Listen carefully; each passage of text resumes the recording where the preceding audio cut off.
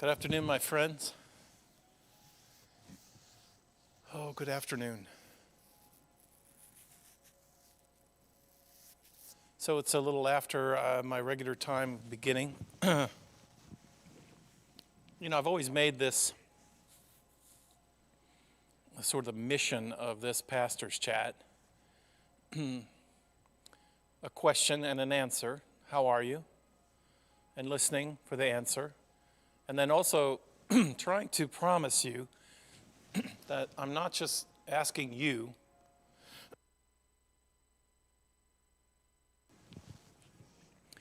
but that I'm promising even sometimes when I don't really want to, I don't want you to know, or I don't want to tell you how I am.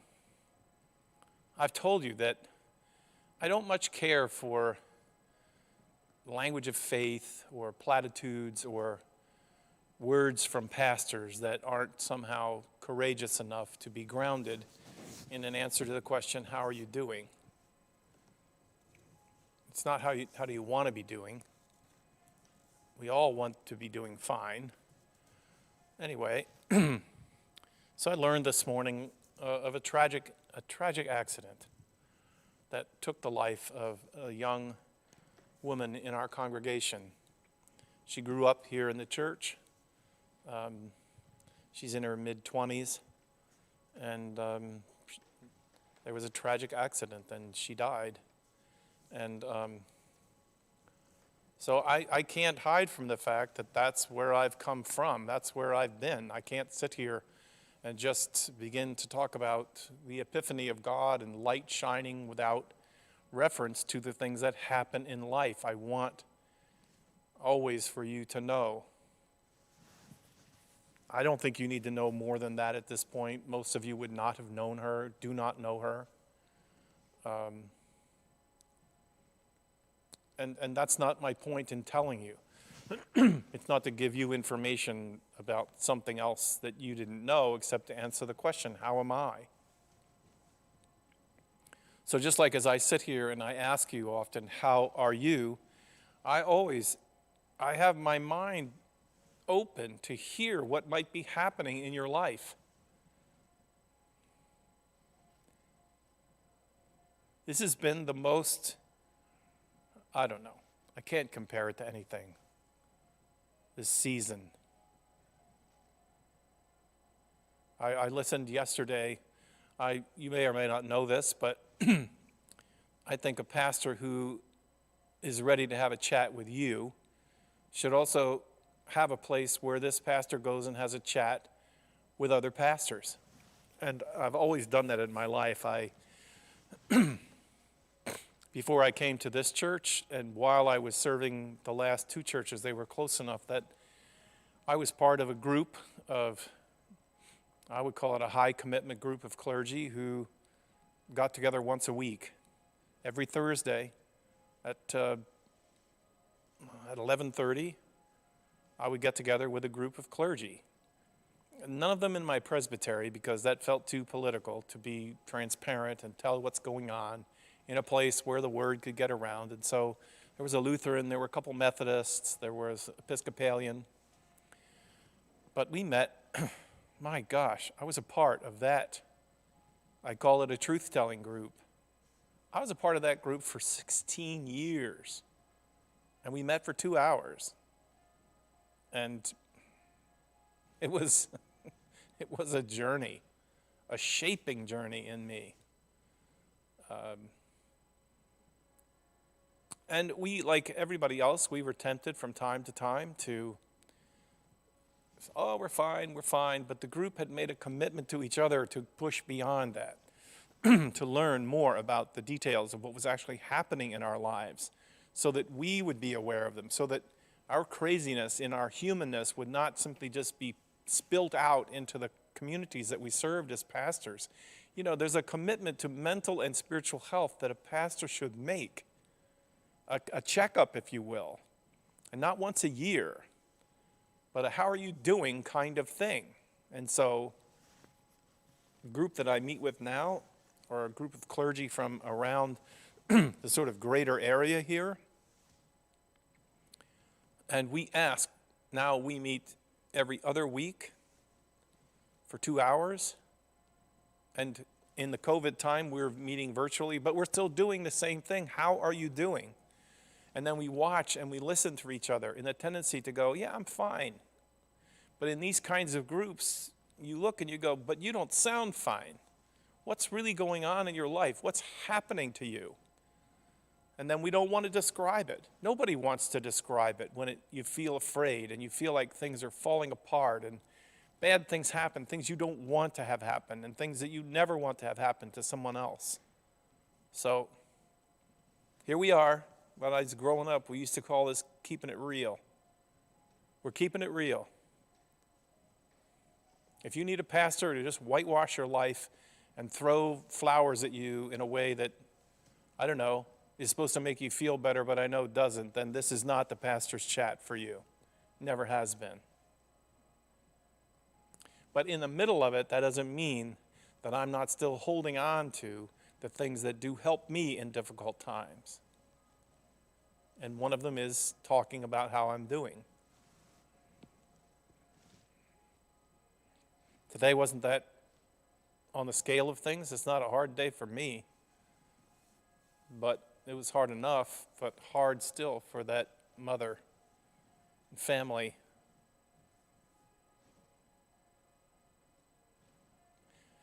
In my pastor's group yesterday, one of my friends who I've been in this group, How You Doing group, for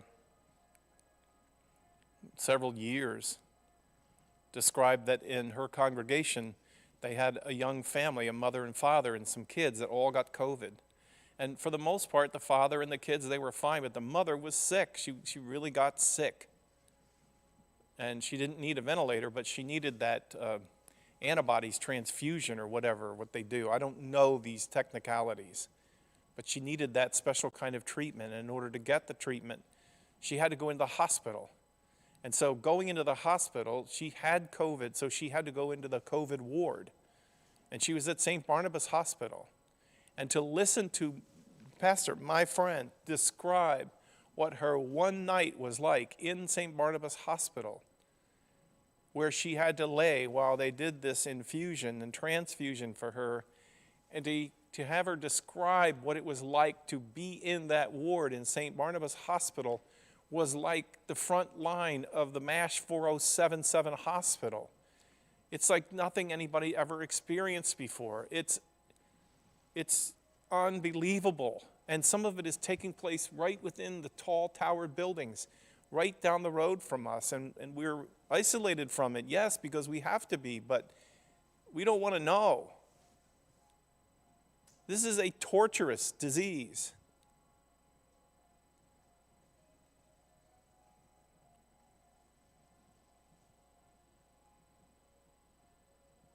I don't lose my faith.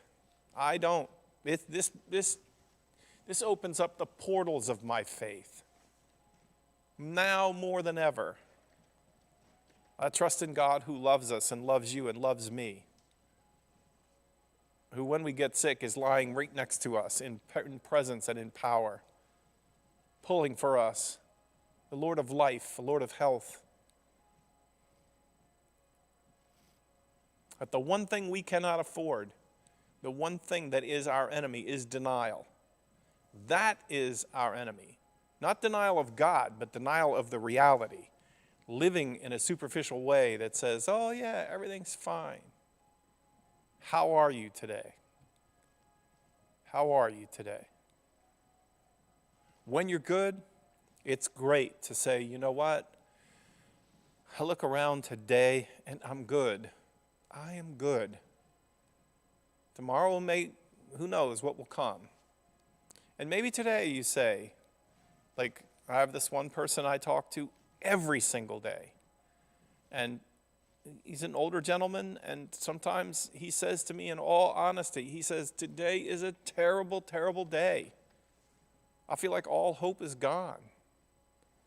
And I don't throw platitudes at him to say, oh, you shouldn't feel that way. I listen. And I say, tell me more. Tell me about it. When do you feel it most?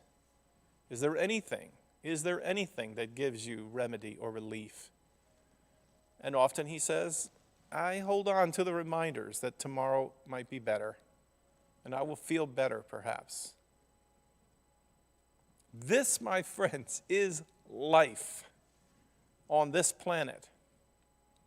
And I've often said that I don't know, I learned so much from my time in a church where 1/3 of the people were in some kind of recovery, 12-step recovery movement. 1/3 of the population. They were in AA, they were in NA, they were in SA, they were in Al-Anon, Alateen, 1/3 of the church. And I absorbed and drank deep from the wisdom of these people who had seen the face of their own compulsion and their own despair, and they had opened their hearts and their minds to a kind of healthy helplessness that then cast their care entirely into God, into God's arms. And then the wisdom, the wisdom statements that would come out of those experiences of sharing, how are you? That's how the groups begin. How are you? And tell the truth about how you are. How is it going for you?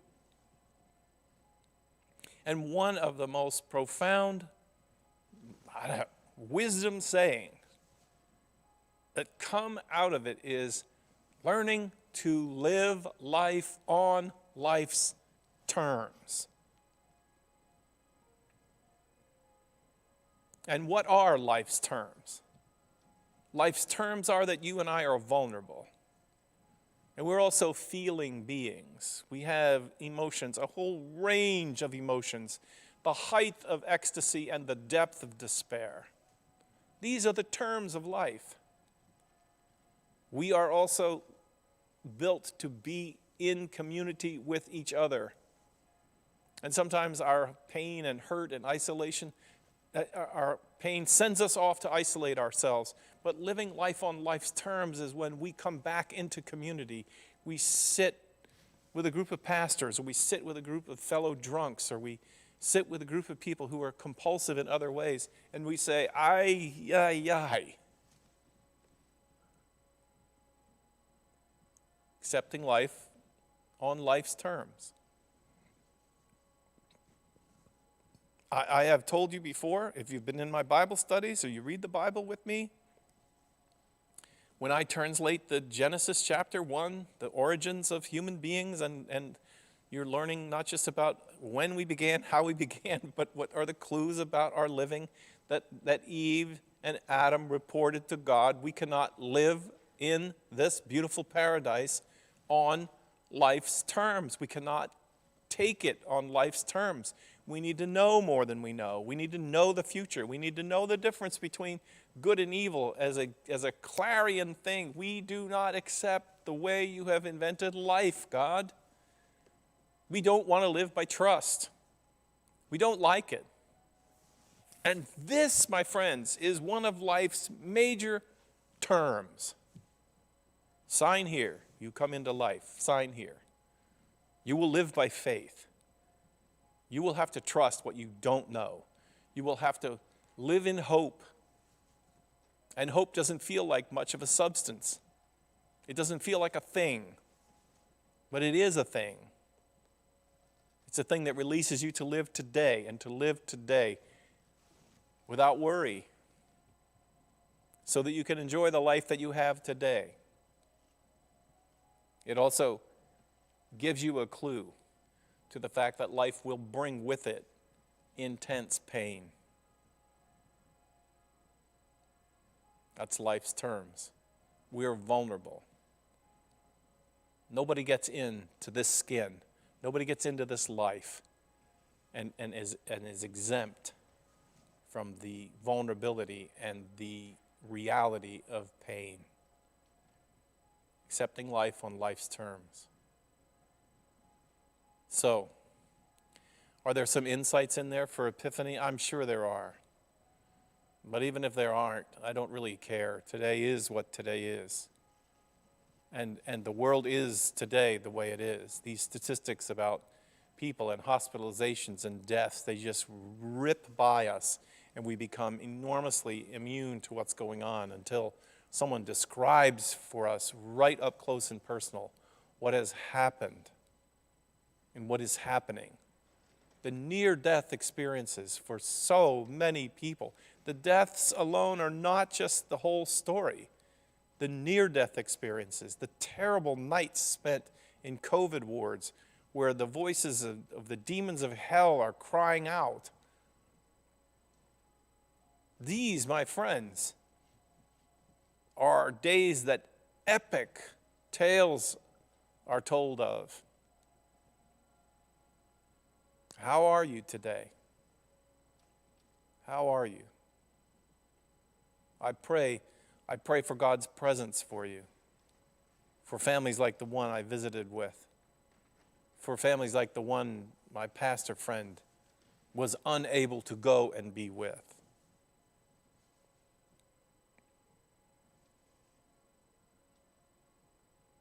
Taking life on life's terms. Some of the most beautiful things I've ever known happen in 1 week. And in the same week, some of the worst things I've ever known. This is life. And this is the life where I ask you as a pastor, how are you doing? How are you doing? Send me an email. And send me an email even if you're doing okay. That'll be all right for me to know that too. Just check in. revlouis@aol.com. If you want to talk on the phone, remember, you send an email to revlouis@aol.com and I'll send you my phone number. I'm not going to put my phone number out on the internet because there are bots that are gathering up phone numbers when they recognize them on the internet. God bless you, my friends. My prayer for blessing for you is that somehow even this conversation, this chat, might open up portals for you for coping. Maybe not with me, but with someone else, someone you've been thinking about talking to, and you decide to or listening to, and you do that, and you embrace life on life's terms, and you ask someone, meaning it, how are you? Or you tell someone the truth about the answer to the question if you're frightened, or if you're worried, or if you feel like your faith in God is fading away, and whatever else is happening in your life, or if you're amazingly ecstatic and joyful about something that has taken place. How are you? And are you known to someone else? Do you have people that ask you that question where you need to respond? And do you ask it? It's Thursday, my friends. Tomorrow will bring a whole set of new surprises. God will be there always. God is ahead of us, behind us, and with us right now. And I'm glad for the presence of God. Even as we ask the question, how are we know that God is with us. God bless you, my friends, and I will talk to you tomorrow.